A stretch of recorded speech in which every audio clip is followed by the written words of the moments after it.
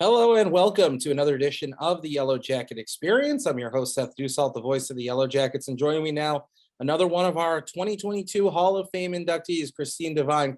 How are we doing today? We're doing well, thank you, Seth. So good to have you on this podcast, and honor to get to talk to our Hall of Famers. And you, of course, were one of the pioneering generation of our softball players that started your career the first decade of the program. But let's go back even further than that. Let's go back to how you got into playing softball in the first place. How did you start off doing that, and who were some of the people you looked up to as a young softball player? I actually got started I grew up in Wilbraham, and by just doing town sports, and my dad coached, and that's how I got started into that. Then obviously played through high school, and when I was in high school, I played for the Westfield Whips for 5 years, and then proceeded to go through AIC. Now, I would imagine recruiting is a little different back then than it is now. It certainly is. Obviously, relatively close to home. What made you decide AIC was the right place for you? I wanted to do a career in nursing. And so AIC was, that was their second year into the nursing program, and I wanted to go for my bachelor's. And met with obviously Coach Groff. Don't have to say much more about Judy.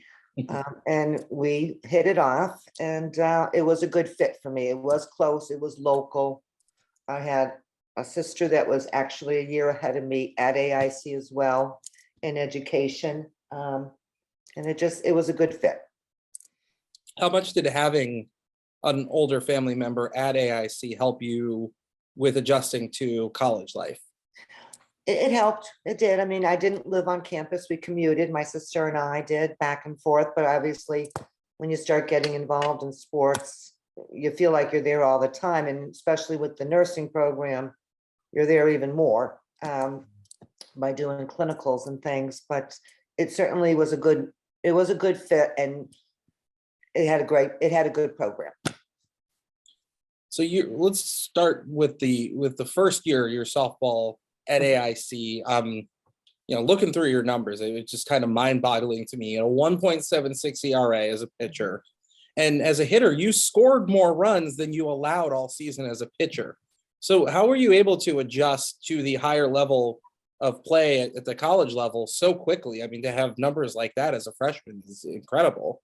Well, I think, like I said, by being in high school and playing for the Westfield Whips, which was a very highly competitive travel team, that brought me into competition with many players that were either at the college level, had graduated from college. In fact, my catcher at the time was my high school basketball coach when I played for Westfield Whips. Okay. So I mean, it gave you that opportunity to really be into that competitive field and to really fit right in and move along with it. So we got used to a different level of speed and everything from high school to college by playing for Westfield. That was probably my biggest influence, was playing for them.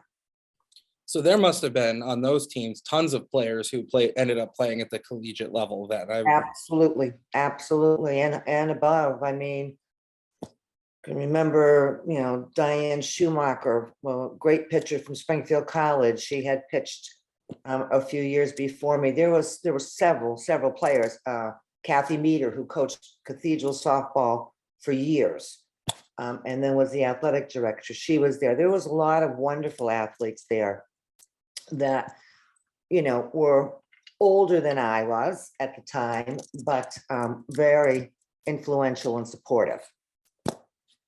So your rookie year, the team gets to the MAIAW championship, and you have one of what has to be described as one of the all-time great postseason performances in the history, not just of AIC softball, the college in general. 2 no-hitters. Yeah. What was working that day? Because not to throw not one, but 2 no-hitters is crazy. Yeah, it was. They were back to back that day. You know what? I'm not sure. It's going back a lot of years. Certainly, I had wonderful teammates who played tremendous defense. A wonderful catcher in Kathy Andrews that called a great game. And you know what? I guess the stars aligned. It was, I have to be honest, I didn't even realize they threw one, never mind two, until after the game. After the second game, when our assistant coach at the time, Bill Bedard, informed me of that. So it was news to me. Do you think it was a case of, you don't talk about a no hitter while it's happening, or was it just kind of only Yeah. realized after? Yeah, maybe part of that. I mean, I'm sure my catcher knew it. I'm sure Judy knew it, and everybody. I just, and they were kind of close games too, if I remember correctly. So you're so much into the game, you're not really thinking about what's on the scoreboard. And back in those days, they didn't have the big scoreboards where you could see them, the 0 0 0s. You never could see that. We didn't have a scoreboard back in those days. Now, as your career continued at AIC, you put up phenomenal numbers all 4 years. It is a time of transition. You went from AIAW to the NCAA sponsoring women's sports for the first time in the early 1980s. What did it mean to you as a student athlete to have that NCAA sponsorship, to be part of that the same way the guys' teams got to be? It was very rewarding. You know what? We really did, during my 4 years there, turn the corner to bring up the softball program to a different level, and to be able to make it to that level and be competitive at that level. I mean, Miss Groff always had great teams. She did a great job recruiting. She pushed for a lot. She couldn't have done more for women's sports at AIC over the years. So it was definitely very rewarding to see our program improve and to see it continue to improve. And I've seen it over the years, and they continue to do a wonderful job. So you brought up what brought you to AIC was the nursing program. It's tough enough to be an elite athlete. It's tough enough to be a nursing major. How did you manage to pull off both at the same time? Because that's just impressive to me. It wasn't easy. I have to be honest. I used to overload my fall semester with all my electives, and I actually had a minor in Spanish at the time. So I filled up that so I could go a little lighter in spring for the nursing program, because there was so many hours. I mean, there were many days I left that ball field after a game, went inside, washed up, threw my nursing uniform on, and then was off to Bay State to do 4 hours of clinical. So it wasn't an easy thing to do, but got through it.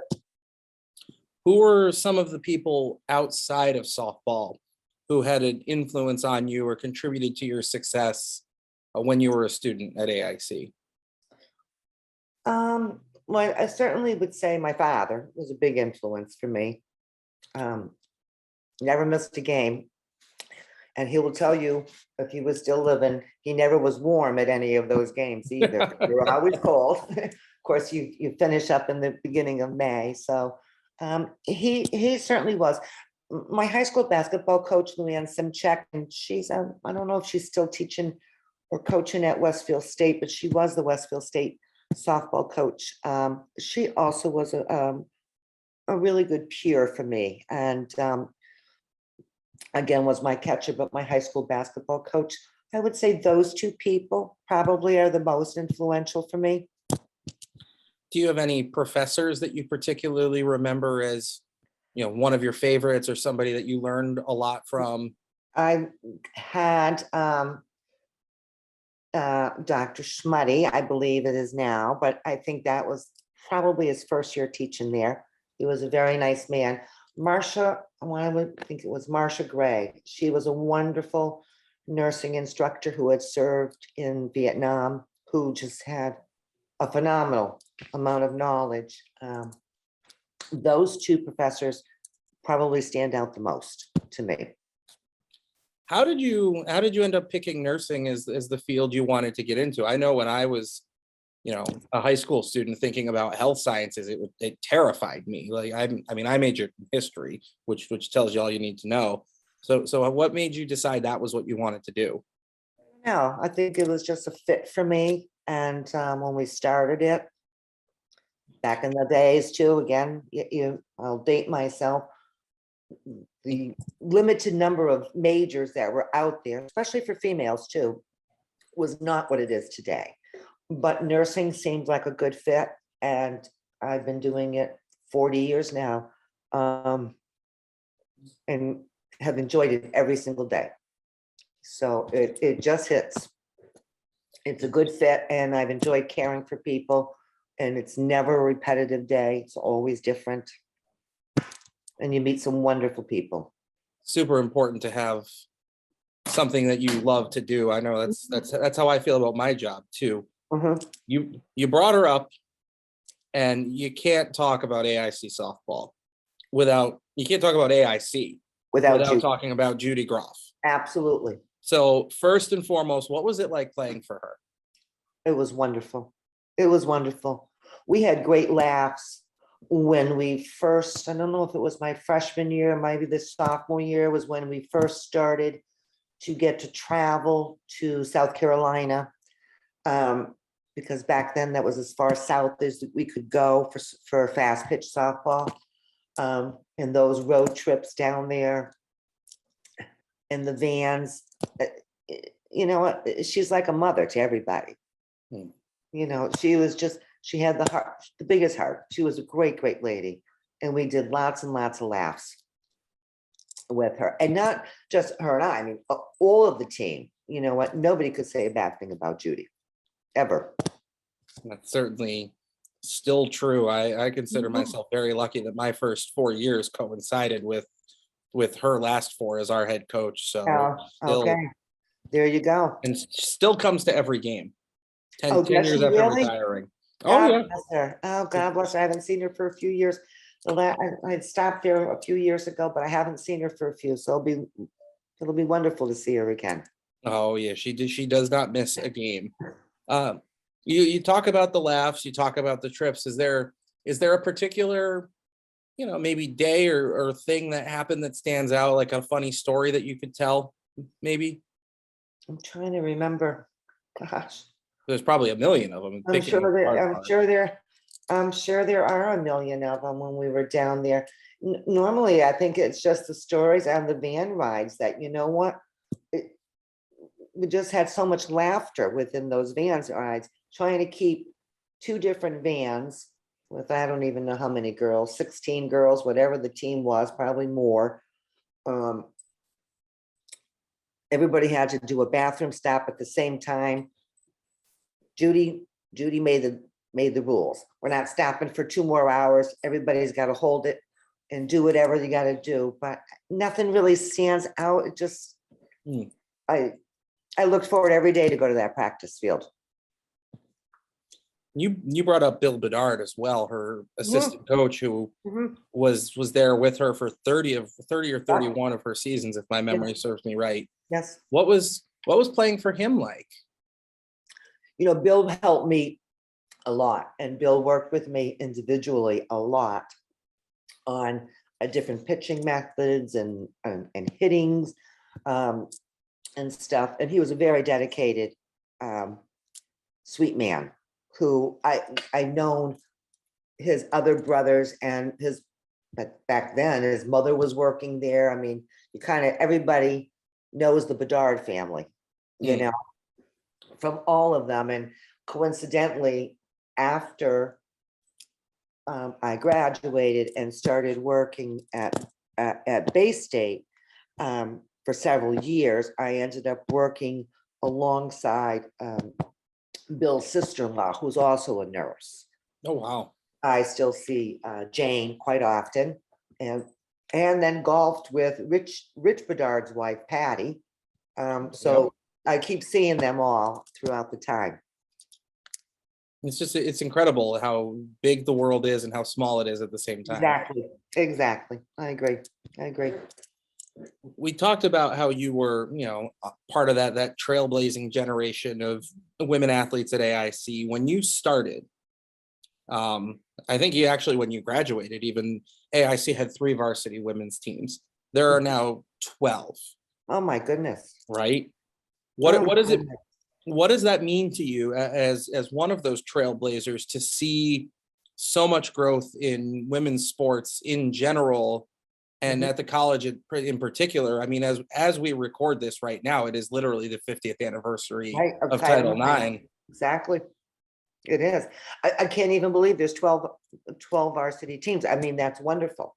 And to see women and for young girls and for that there's an option for them to move into something. And you are right. We were just talking about that, how um, in fact, Billie Jean King just spoke at Springfield College's graduation in honor of the 50th year of Title IX. And of course, back in the day, um, Springfield College and AIC always had a good rivalry of in women's sports, but I think it's wonderful. You know what? Anything that can grow women's independence and playing sports and going to college. It teaches you so much. I mean, it really does. It teaches you how to get along with a lot of people. It teaches you friendships, competitiveness, but it just expands you. At least for me, it did. And how much do you look back at the lessons from Judy Yeah. and from the game of softball as things that you still use all these 40 years later? Mhm. I look back at them all the time, you know. It presents you with a confidence. It allows you um, to to as a nurse, it allows you that confidence to pick up the phone and call a doctor and be able to present yourself in a way that a lot of people can't do. And you get that from sports, and you get that from competition. What message do you have for the current members of the AIC softball team? It's obviously, a new generation of players that are playing the game now and getting ready, in the summer right now, but getting ready for another season. It'll be here sooner than you think. What would you say to the current players and coaches on the team? You know what? To keep the tradition alive. You know what? To put your best effort forward, um, to represent the school in a good capacity, to do so, and to win. Win as many as you can. I certainly can get behind all of that. Last question I'm going to ask you, and this is the Sure. one that we ask the last question of every Oh person boy. that we've had on. It's a real simple one though. Not going to throw you any O2 risers. Okay. What was it like for you to get that phone call to be told, hey, you're going into the AIC Hall of Fame? It was very, very rewarding. And, um, I wish my dad could be alive for that. So, but he'll be there in spirit. And you know what? And the other part is I didn't realize until afterwards that my husband is the one that nominated me. So that's also very sweet. Well, he clearly has good taste, and he was very, very right to nominate you because this is as well deserved as can be. Thank you. The numbers, the impact, everything, it's all there. And so certainly looking forward to this October when you get inducted, and want to thank you for taking the time to chat with me today, because it's Yeah, always thank you. fantastic to connect with. Thank you. I look forward to meeting you in person. That would be nice. Certainly will be awesome. I'm sure we'll see you at plenty of softball games this coming spring too. Sounds great. I hope to. Okay. We certainly hope to have you there. It's Christine Devine going into our Hall of Fame.